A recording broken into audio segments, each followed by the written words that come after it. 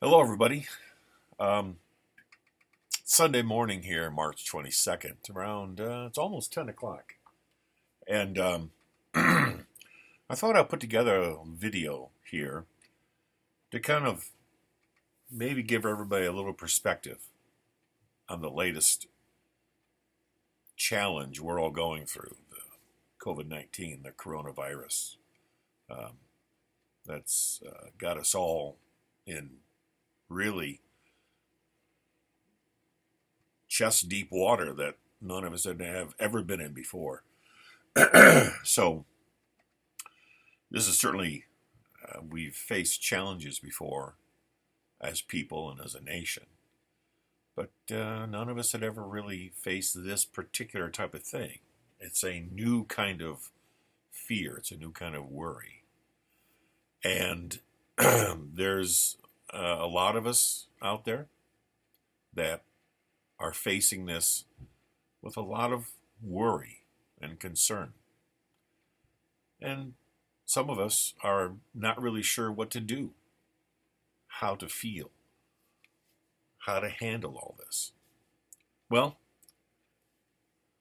I have an idea that what I'd like to do is to provide some perspective and to provide maybe a way for you if you're feeling particularly overwhelmed or really, really worried about this.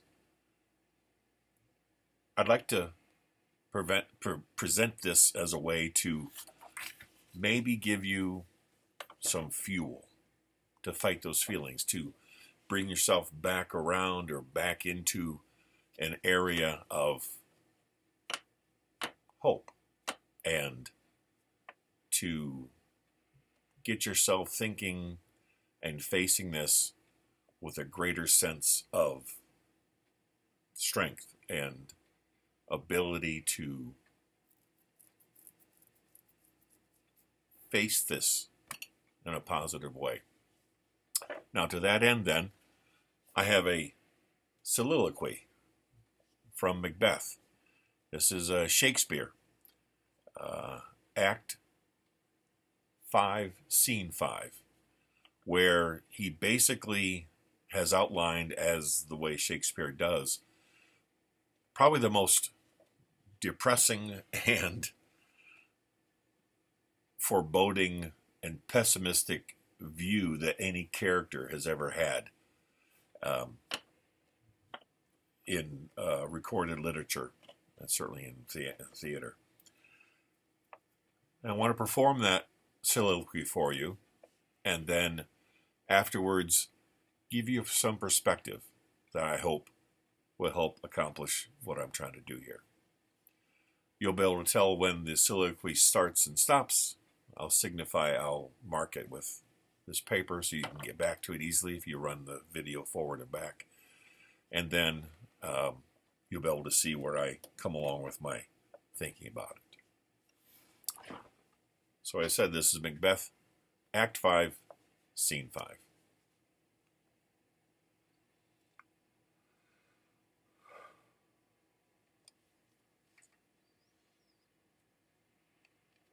Tomorrow, and tomorrow, and tomorrow creeps in this petty pace from day to the last syllable of recorded time. And all our yesterdays have lighted fools the way to dusty death. Out, out, brief candle. Life's but a walking shadow, a poor player that struts and frets his hour upon the stage, and then is heard no more. It is a tale told by an idiot, full of sound and fury, signifying nothing.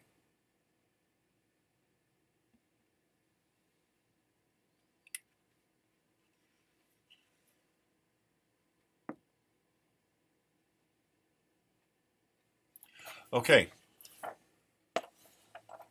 that was say Shakespeare showcasing how Macbeth was really kind of losing it. He was being faced with this insurmountable mental anguish about his troubles and his personal demons. And what Shakespeare has done there is he has showcased this incredibly dark and hopeless attitude and thoughts that Macbeth had about life itself, about everything. How it was meaningless and endless, and it went on forever, and time and life and purpose were just simply something that went on and on and on, and you did it with meaninglessness, and eventually you just die, you're never heard from again, and it meant nothing. I mean, that's pretty stark stuff. Reading that, and maybe enjoying my little performance of it, I hope you can take from this the fact that what Shakespeare is saying there is that this is really the very darkness that a lot of us get faced with from time to time in life. And sometimes for some of us, it's what our life feels like constantly. And certainly this situation with the coronavirus and the threat it seems to be posing to us and our way of life. This is, though, the challenge that we're faced with. This is what we now know, thanks to Shakespeare having putting it in such great words. It shows us exactly what we have to overcome. It shows us exactly where we do not want to go. And yet Shakespeare knows, he knew that this type of despair, it's part of the human experience. It's something we all feel at some point or another. And as I said, sometimes a lot of us feel it all the time, or a lot of the time. But that's exactly what we should always try and strive against, and that we have the ability to strive not just against it, but to strive over it and to live past it, and to have the strength and the fortitude and the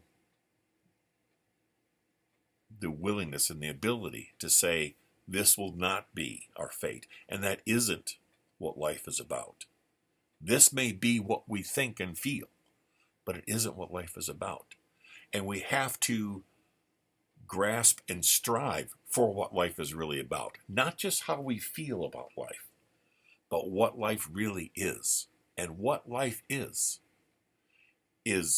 the ever constant, the ever striving forward and upward and blossoming, the blooming of continual life, growth, and beauty and joy. That is what life is. And you look outside when there's sunshine or even when there's rain. You see trees and birds and animals and life and grass and flowers and oceans and rivers. You see all of that. And it's beautiful. It is absolutely stunningly beautiful, not just in the way it looks, but with what it represents. It represents life moving. It represents life growing. It all represents the fact that life constantly moves forward and strives all the time to get better, to grow, to become more beautiful, become more prosperous, to become more great. And that's what we are, because we're a part of all that. So, understandably, you feel this way. You have that notion that Shakespeare puts so well. But that isn't what life is, that's what we feel. And what we feel has to be put aside in preference to what life really is about. So, hope you enjoyed my little performance, and keep in mind that we're so much better than all that. We're so much more than all that. I hope this has helped give you some perspective on all that. Listen, we're still going to be around. This is all going to pass. We're all going to get through it, one way or the other, and we're all going to hopefully learn something from it. Hopefully, this little moment might help. Everybody take care. We'll talk again soon.